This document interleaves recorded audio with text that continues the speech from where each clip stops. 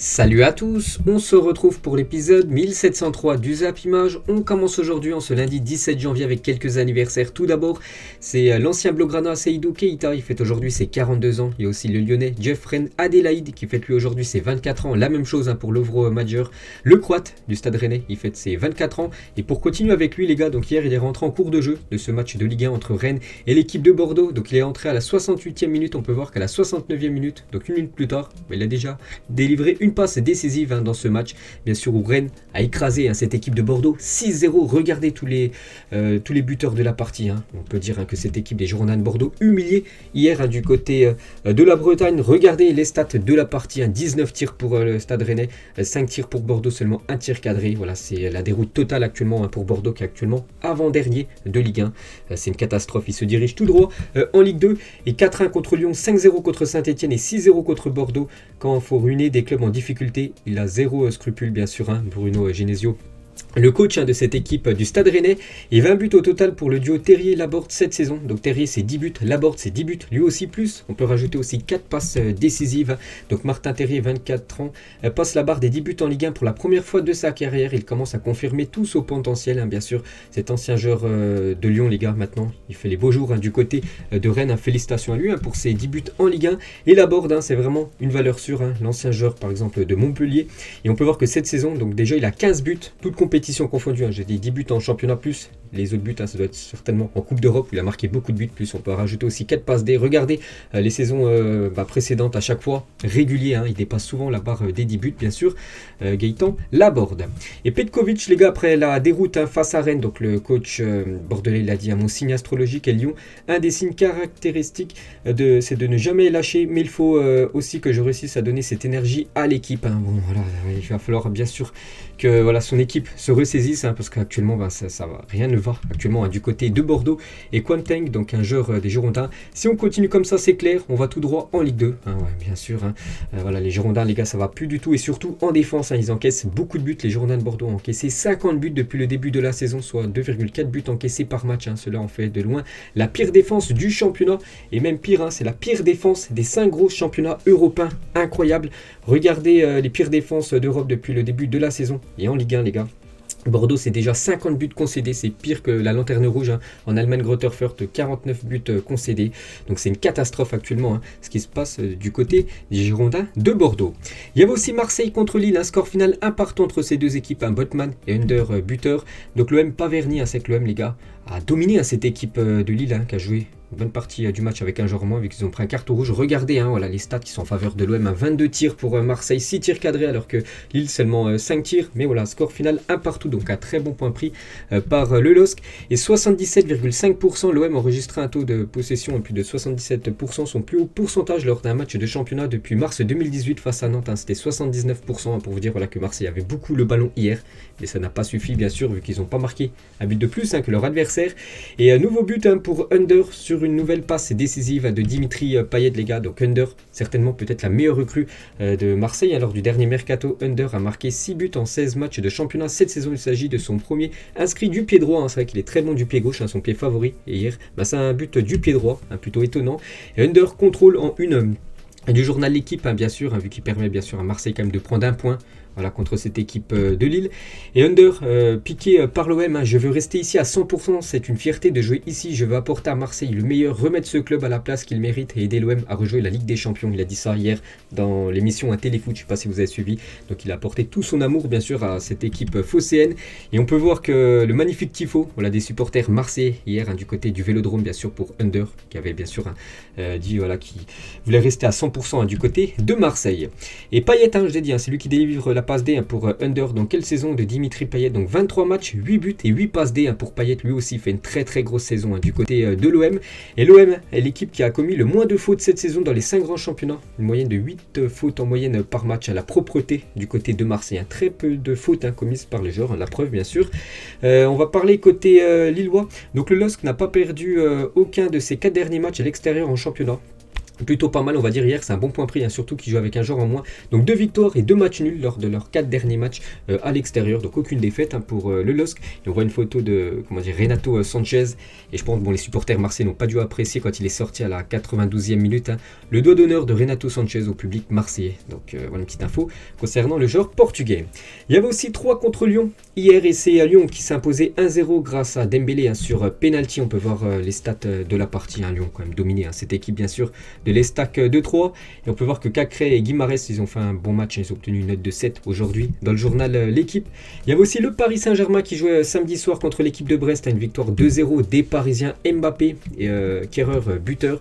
On va voir les stats de la partie. Certainement le meilleur match du Paris Saint-Germain cette saison, les gars. C'est qu'ils ont bien joué. C'est que souvent c'est brouillon, mais là ça a été efficace. Cette victoire du PSG, vraiment, ils ont montré de belles choses, bien sûr. Donc 20 tirs pour le PSG, voilà, dominé sans souci cette équipe de Brest. Réaliste en une, notre journal L'équipe, c'était hier. Voilà un mot avec Real, futur adversaire du PSG dans quasiment un mois, bien sûr, le 15 février prochain, ce match de LDC. Et on va parler de Marquinhos qui est devenu samedi soir le 4e joueur le plus capé de l'histoire du PSG avec 345 matchs. Le capitaine parisien rejoint Suzic et n'est plus qu'à 90 matchs du record de Jean-Marc Pilorguet, 435. Une petite info, bien sûr. Marquinhos, maintenant en catégorie, on peut le nommer en catégorie légende du côté du PSG. On peut voir la hitmap de Marco Verratti contre Brest. Il était partout, bien sûr. Encore un gros match voilà, de la part du milieu italien.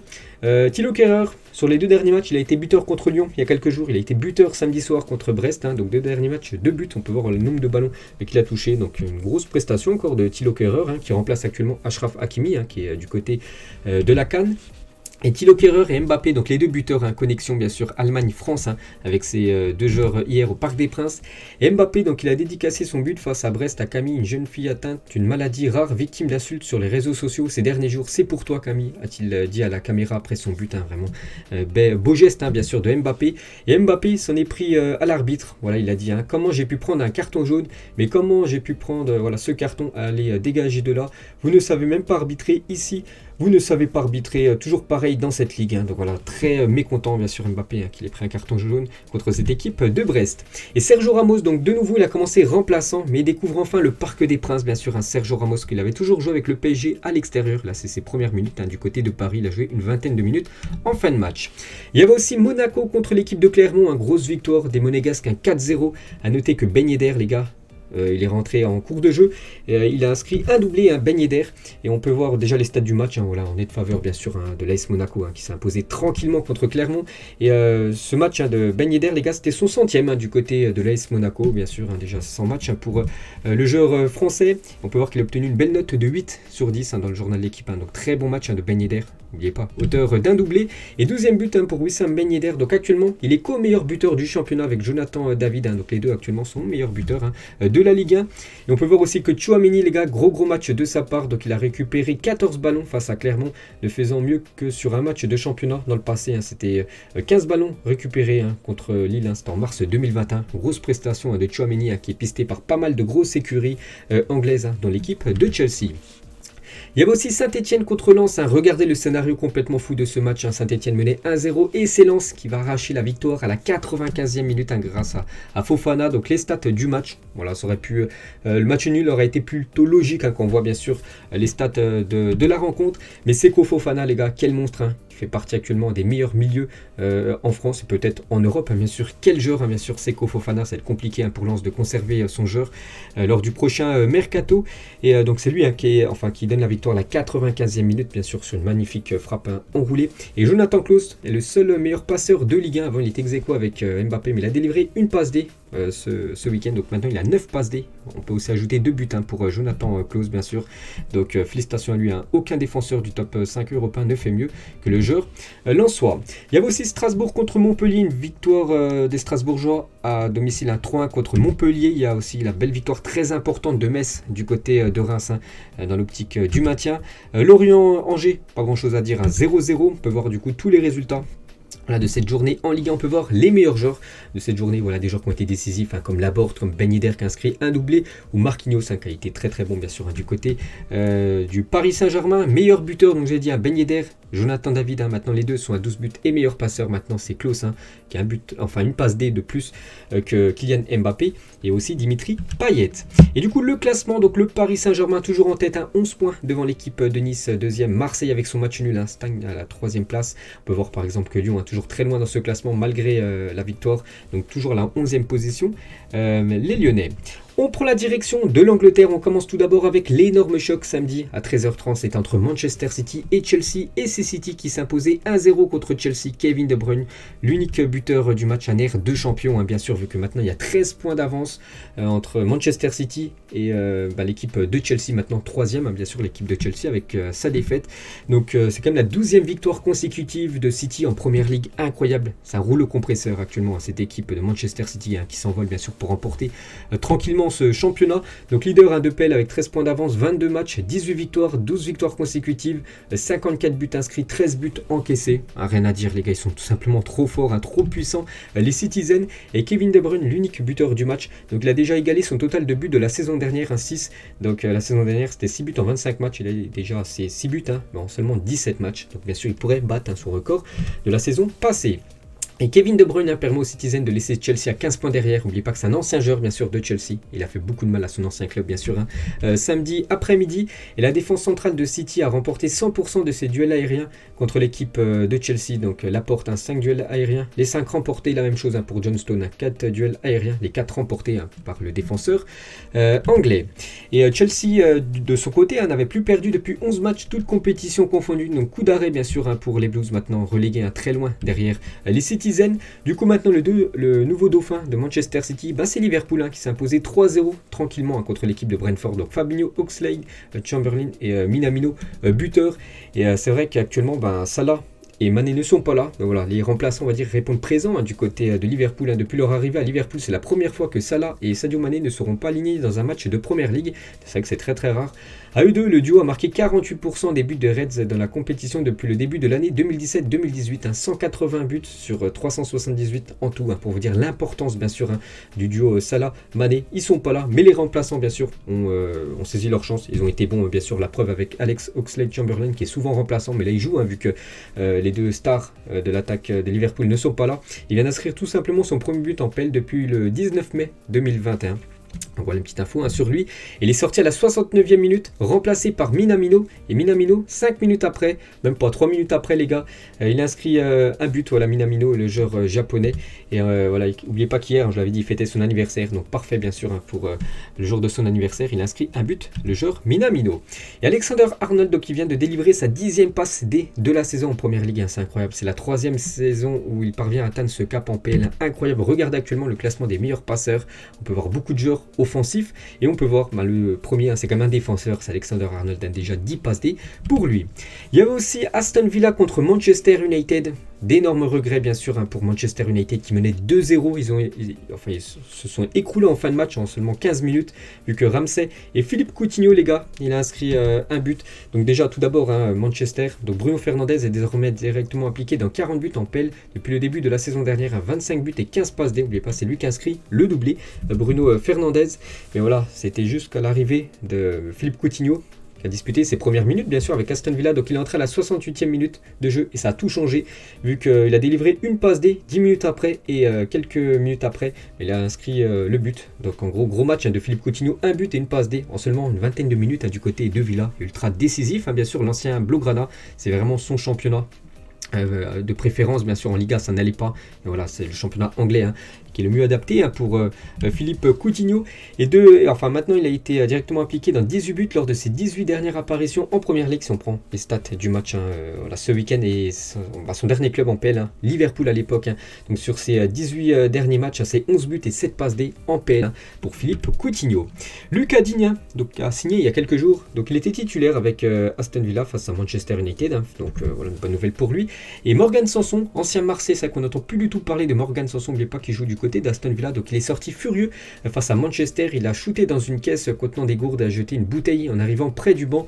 Le Français qui s'est blessé en début de saison n'a participé qu'à 6 matchs de Première Ligue depuis son arrivée. C'est beaucoup de fois blessé. Et quand il joue par exemple hier, il est sorti avant la fin de la rencontre. Donc très déçu bien sûr Morgan Sanson actuellement du côté de l'APL. Et c'est vrai que Aston Villa, les gars, regardez le but qu'ils ont pris, enfin une grosse boulette du gardien argentin Martinez, les gars, qui permet à Manchester United d'ouvrir le score ce week-end. Et concernant CR7, donc il n'a pas joué pour le second match consécutif. Ronaldo n'est pas sur la feuille de match avec Manchester. Le Portugais a repris l'entraînement avec Manchester il y a 2 jours et du coup il devrait être plutôt disponible après-demain contre l'équipe de Brentford. Donc voilà, on a hâte de revoir CR7.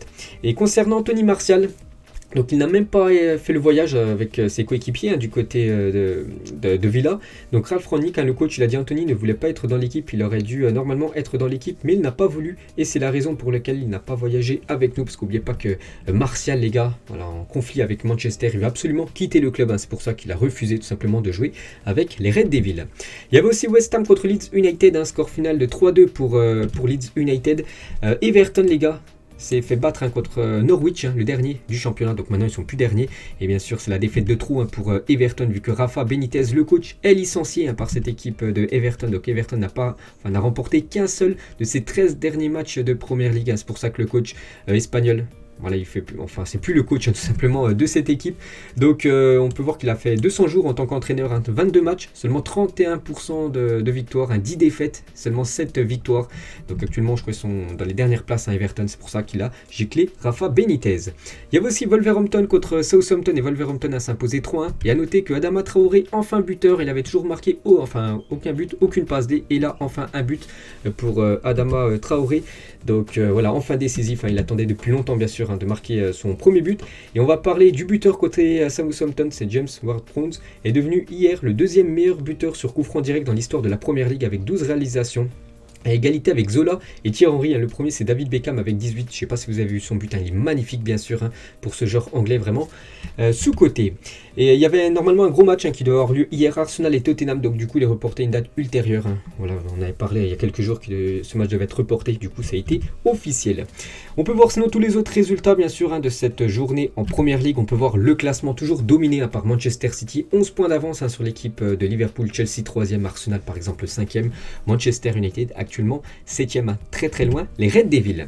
On prend la direction de l'Espagne, enfin plutôt l'Arabie Saoudite, vu que ce match, cette finale se déroulait du côté de l'Arabie Saoudite entre Bilbao et l'équipe du Real Madrid. Et c'est le Real Madrid qui s'est imposé 2-0. Donc j'ai fait un long débrief cette nuit les gars, pour ceux qui veulent avoir un débrief complet de la rencontre. Donc Modric et Benzema, buteurs côté madrilène. Donc le Real Madrid remporte la Super Coupe d'Espagne.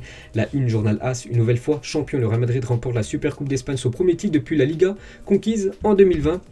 Et la une, le journal Marca, Super Madrid, le Real Madrid gagne la Super Coupe d'Espagne après sa victoire contre Bilbao hier, où vraiment le Real Madrid a été supérieur, il n'y a rien à dire, bien sûr, une victoire logique et méritée des Madrilènes.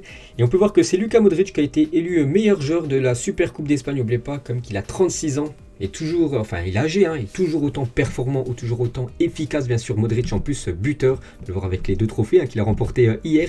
Et Luka Modric est devenu le buteur le plus âgé de toute l'histoire de la Super Coupe d'Espagne à 36 ans et 129 jours. Donc félicitations bien sûr au Croate. Donc il a dit, c'est plutôt Ancelotti qui a dit Modric est un joueur important, tout comme Kroos et Casemiro. Quand leur niveau baisse, on perd le contrôle du match, bien sûr. Ce trio légendaire en milieu de terrain, les gars, fait les beaux jours du côté de l'Espagne.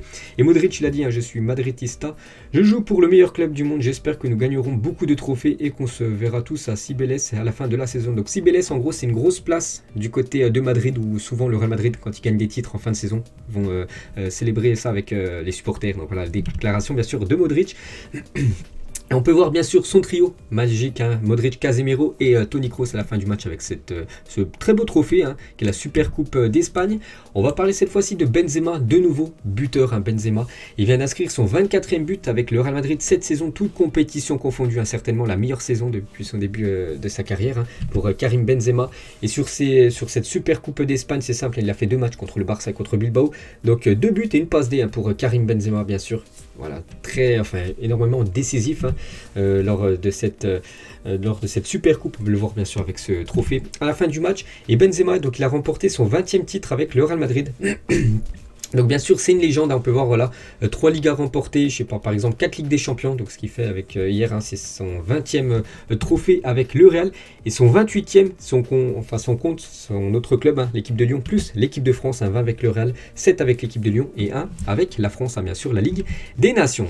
Il a fait un petit message enfin sur son compte Twitter, hein, ce titre est pour vous Madridistas et plus à la Madrid, hein, bien sûr, hein, toujours un petit voilà pour encourager, surtout pour féliciter voilà tous les supporters du Real Madrid qui le suivent un peu partout dans le monde. Et on peut voir la team France du côté du Real Madrid avec ce trophée, Benzema, Camavinga et bien sûr un Ferland Mendy. On peut voir la team Brésil, hein. Il y a pas mal de Brésiliens qui évoluent du côté du Real Madrid. On va parler de Marcelo les gars, aucun joueur de l'histoire du Real Madrid n'a remporté plus de trophées que Marcelo. C'est son 23e trophée remporté par Marcelo hier, incroyable. Donc actuellement il est au même niveau que Paco Gento, les deux sont à 23. Mais bien sûr Marcelo joue encore au Real Madrid. Bon, il devrait quitter le club en fin de saison, il pourrait, si par exemple le Real gagne la Liga, être le joueur le plus titré, hein, de l'histoire du Real Madrid. Et on peut voir voilà tous les trophées qu'il a remportés, hein, bien sûr beaucoup de fois la Liga ou même beaucoup de fois la Ligue des Champions, 4 Ligues des Champions remportées bien sûr par la légende Marcelo.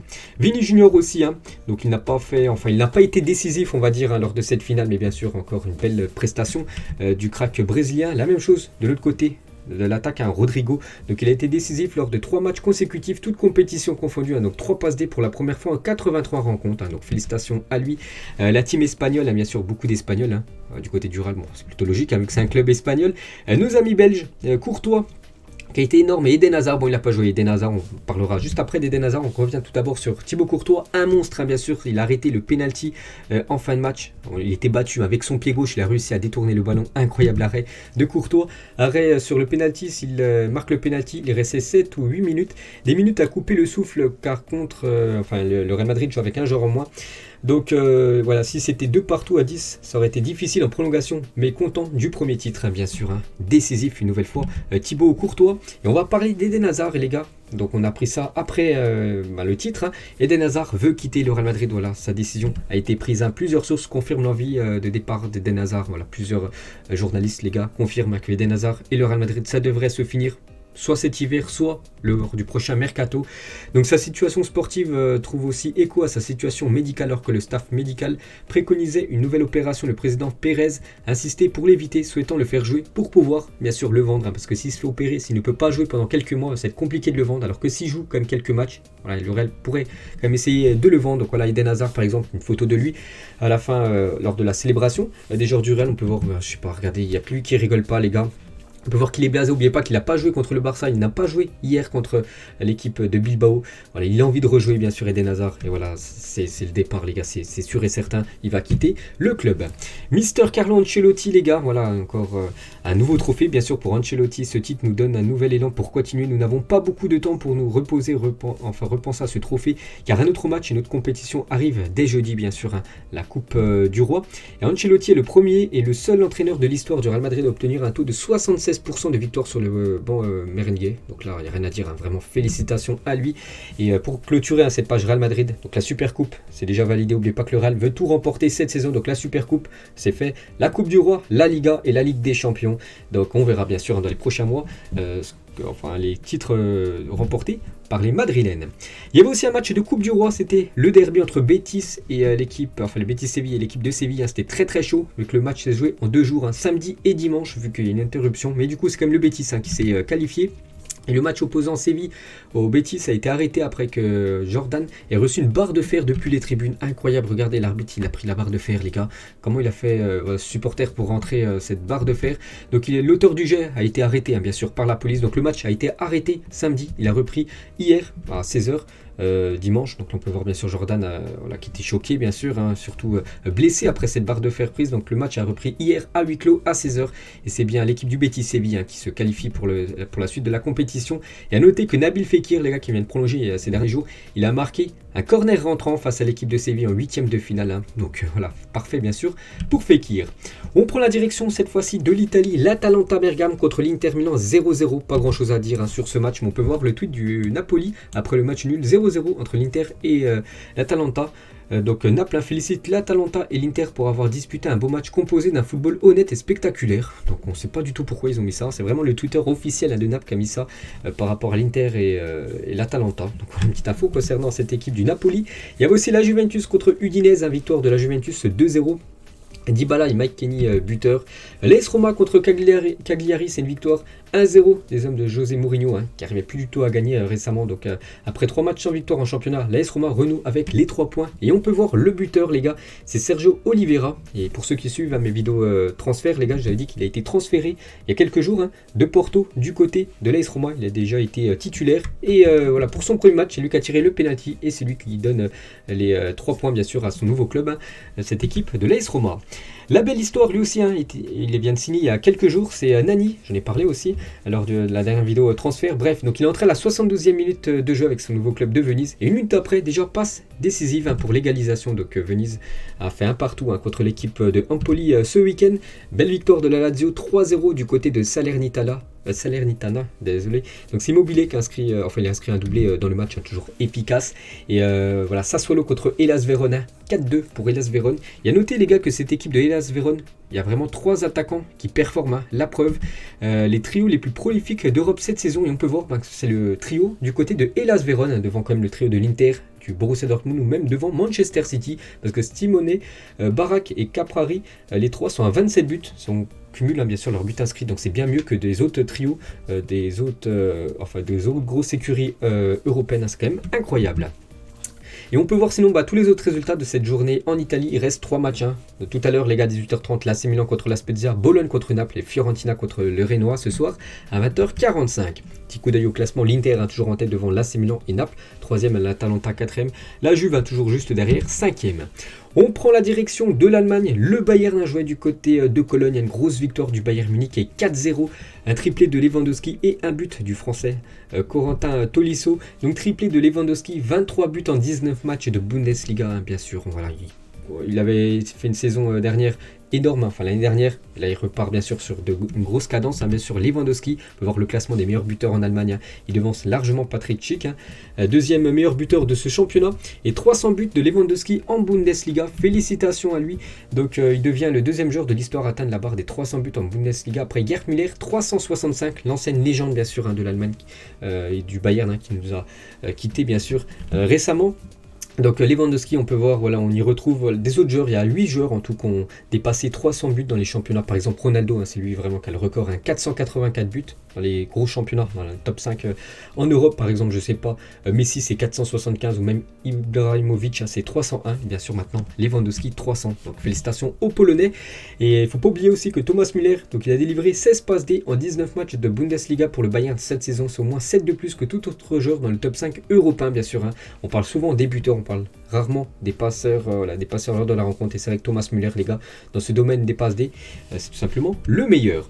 Et toujours sur ce match, après le match contre Cologne, Neuer a troqué son maillot contre le légendaire casquette de l'entraîneur Bogmark. Donc voilà, il a échangé son maillot contre le béret de l'entraîneur de Cologne. Voilà une petite photo de Manuel Neuer. Il y a aussi Gladbach contre Leverkusen. C'est Leverkusen qui s'imposait 2-1 du côté de Gladbach. A noter que Patrick Schick, buteur dans ce match. Et pourtant Yann Sommer, le gardien de la Suisse, qui nous avait fait mal lors du dernier Euro, il avait arrêté le pénalty de Mbappé. Donc il a arrêté quand même 2 pénaltys dans ce match, mais ça n'a pas suffi vu que son équipe quand même s'est inclinée 2-1. Il y avait aussi, on peut voir Stuttgart contre l'équipe de Leipzig. Belle victoire de Leipzig 2-0. Donc Adrien Silva, les gars, sur ses 9 derniers matchs, c'est 8 buts quand même pour l'attaquant portugais. Nkunku, lui aussi, buteur. Et cette saison, c'est 19 matchs, 9 buts et 7 passes D, en espérant que Deschamps l'appelle lors du prochain rassemblement des Bleus. On peut voir sinon tous les autres résultats de cette 19e journée en Allemagne. On peut voir toujours le classement dominé de 6 points d'avance pour le Bayern devant l'équipe de Dortmund et Leverkusen. 3e. Et on termine bien sûr, ce long épisode, bien sûr, on va terminer avec la Coupe d'Afrique des Nations. Et on va parler de l'énorme surprise hier. Donc moi j'ai pas vu le match, vu que je regardais bien sûr le match du Real Madrid. Mais l'Algérie, c'était l'équipe favorite de ce match contre la Guinée.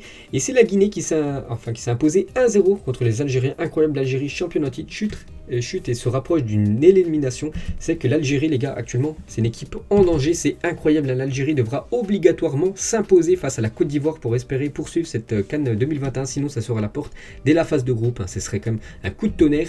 Donc le prochain match de l'Algérie, c'est contre la Côte d'Ivoire. Donc c'est le gros choc bien sûr de ce groupe, je sais pas c'est quel groupe, bref. Donc c'est jeudi à 17h, donc on en reparlera d'ici là. Donc l'Algérie, même un match nul, ils seront éliminés. Il faut absolument prendre les 3 points contre la Côte d'Ivoire. Donc la Côte d'Ivoire, elle suffit juste d'un match nul pour aller plus loin. Donc voilà, ça s'annonce bouillant bien sûr, ce Côte d'Ivoire. Algérie, Belmadi il a dit, on ne s'attendait pas à avoir un point après 2 matchs. Le monde va s'abattre sur nous, j'en prends largement la responsabilité là-dessus, on doit y croire. Voilà, il faut que l'Algérie tout simplement batte la Côte d'Ivoire pour qu'elle aille plus loin. Et la Guinée met fin à la série d'invincibilité de l'Algérie. Les Fennecs auront tenu 35 matchs. Vous vous souvenez que l'Algérie a enchaîné les matchs sans perdre. Et du coup, c'est fini cette magnifique série. Il faut féliciter comme les Algériens, les gars, parce que 35 matchs, c'est quand même incroyable. Donc la dernière défaite des Fennecs remontait à octobre 2018. Voilà, fin de série, bien sûr, pour l'Algérie. Mais voilà, très bien classé avec, regardez, ces immenses nations comme toujours le record. C'est l'Italie 37. Mais voilà, l'Algérie maintenant, même niveau que le Brésil et l'Espagne. On peut voir que l'Algérie fait mieux que la France. La France avait fait 30 matchs d'affilée sans perdre. Et on félicite quand même la Guinée qui a choqué tout le monde là, hier. C'est le petit Poussek qui a battu quand même cette grosse équipe algérienne. Et le buteur du match, les gars, c'est Esteban Orozo. Donc buteur du soir contre l'Algérie. Il évolue quand même en 4e division espagnole. Pour vous dire voilà, que c'est un joueur amateur. Et c'est lui, les gars, qui a permis à cette équipe de prendre les 3 points. Et pourquoi pas essayer de se qualifier pour la suite de la compétition. Et on peut voir que l'homme du match, donc c'est pas le buteur, les gars, c'est Ivan Salvador qui a été élu homme du match de ce Guinée-Algérie. Il y avait aussi la Côte d'Ivoire dans le même groupe que l'Algérie contre Sierra Leone. Et score final 2 partout et d'énormes regrets pour la Côte d'Ivoire qui pensait remporter le match à la 93e minute. Mais se sont fait égaliser à la 94e minute. Et c'est le gardien quand même de la Côte d'Ivoire qui a fait une énorme boulette. Ces images du portier ivoirien qui s'est loupé dans sa sortie, ce qui a permis à l'égalisation Sierra Leone. Donc il s'est blessé, les gars, sur cette action. On peut le voir, voilà. C'est peut-être la pelouse, l'état de la pelouse, les gars, qui lui a fait cette faute de main. Bref, voilà, ça a fait but pour Sierra Leone juste après, du coup, égalisation. Et du coup, vu que la Côte d'Ivoire avait déjà fait tous ses remplacements, donc du coup, c'est Serge Aurier, les gars, qui a dû prendre le maillot de gardien, voilà, pour gauler les dernières minutes de ce match. Et on peut voir que c'est Nicolas Pepe, l'attaquant de Arsenal, qui a été élu homme du match. Félicitations à lui. Et il a dit il reste un gros match contre l'Algérie. Tout n'est pas perdu, bien sûr, parce que si on regarde ce classement, la Côte d'Ivoire toujours en tête. Voilà, 6 victoires. La Côte d'Ivoire terminera bien sûr première position. Mais l'Algérie 4e. 1, 2, 3, 4, c'est les points de ces 4 équipes-là. Donc tout va se jouer lors de la dernière journée. Pour vous dire que l'Algérie n'a pas le choix. Il va falloir absolument s'imposer. Ce qui est incroyable, c'est que l'Algérie, les gars, n'a toujours pas marqué un but quand même dans cette Coupe d'Afrique des Nations. Il y avait aussi le Nigeria contre le Soudan, belle victoire des Nigérians, 3-1. Donc c'est Mos Simon, l'homme du match, donc félicitations à lui avec cette victoire. Bien sûr, le Nigeria est qualifié pour les 8e de finale de cette CAN. Et dans le même groupe, il y avait l'Égypte contre la Guinée-Bissau, victoire de l'Égypte, on va dire 1-0. C'est Mohamed Salah, voilà, enfin décisif. Salah, bien sûr, l'homme fort de l'Égypte. C'est lui qui a reçu bien sûr le trophée du match. On peut voir le classement, donc le Nigeria déjà qualifié et l'Égypte, il faudra un match nul ou une victoire. Voilà, encore mieux bien sûr pour se qualifier. Alors des 8e de finale. On peut voir le programme du jour, donc c'est les 2 affiches en haut, donc Burkina Faso, Éthiopie et Cap-Vert contre le Cameroun, un dernier match du Cameroun. Voilà pour les phases de poule. Après, bien sûr, ça sera les matchs élimination directe. Et voilà, les gars, on a fait le tour. C'est vrai que c'était long. Voilà, on a 32 minutes de vidéo, les gars. Mais voilà, quand je parle des 5 gros championnats, je parle en plus de la Coupe d'Afrique des Nations. Donc, bien sûr, c'est pour ça que c'est très très long. J'essaie d'aller le plus rapidement possible. Donc voilà, les gars, j'ai été, je pense, complet sur tout ce qui s'est passé ce week-end sur le football. Allez, moi, je vous laisse. On se retrouve bien sûr demain, les gars, pour la prochaine vidéo. Ciao à tous.